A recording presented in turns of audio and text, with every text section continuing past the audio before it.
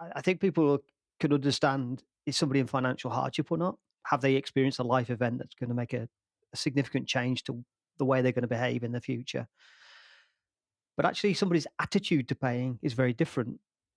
So, why somebody will or won't pay can be very different. Oh, Mm. I shouldn't be paying for water because it falls from the sky. It's an attitude. I'm not necessarily going to pick that up straight away. So, being able to have the ability to get it into understanding that will add value. So there are definitely some scenarios where, you know, the deeper you can understand the attitudes or the behaviors of a customer, not just the kind of the cold hard facts, the more useful that will be in the way you tailor the interactions thereafter. Oh, I wonder how you get to that.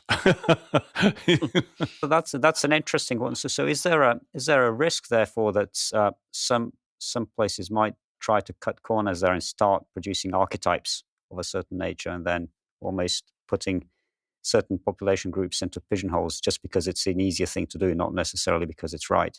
I think it's a fair challenge. What I would suggest is eventually you would get to those subgroups anyway because they just will not pay, and you'll go through the cost of trying to get to a point of understanding what is the reason for not honoring this agreement that we have.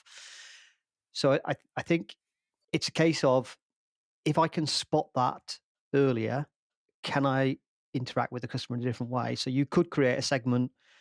We need to be careful. Obviously, you don't want to create biases, um, and that's something that's very important. But if you are predicting that this is the outcome you're going to get to, and you can shortcut the journey to get there, i.e., you could reduce the amount of time and effort you spend chasing that customer, or trying to get to a resolution with that customer, then there is value in it. But it's a very fine line. I agree.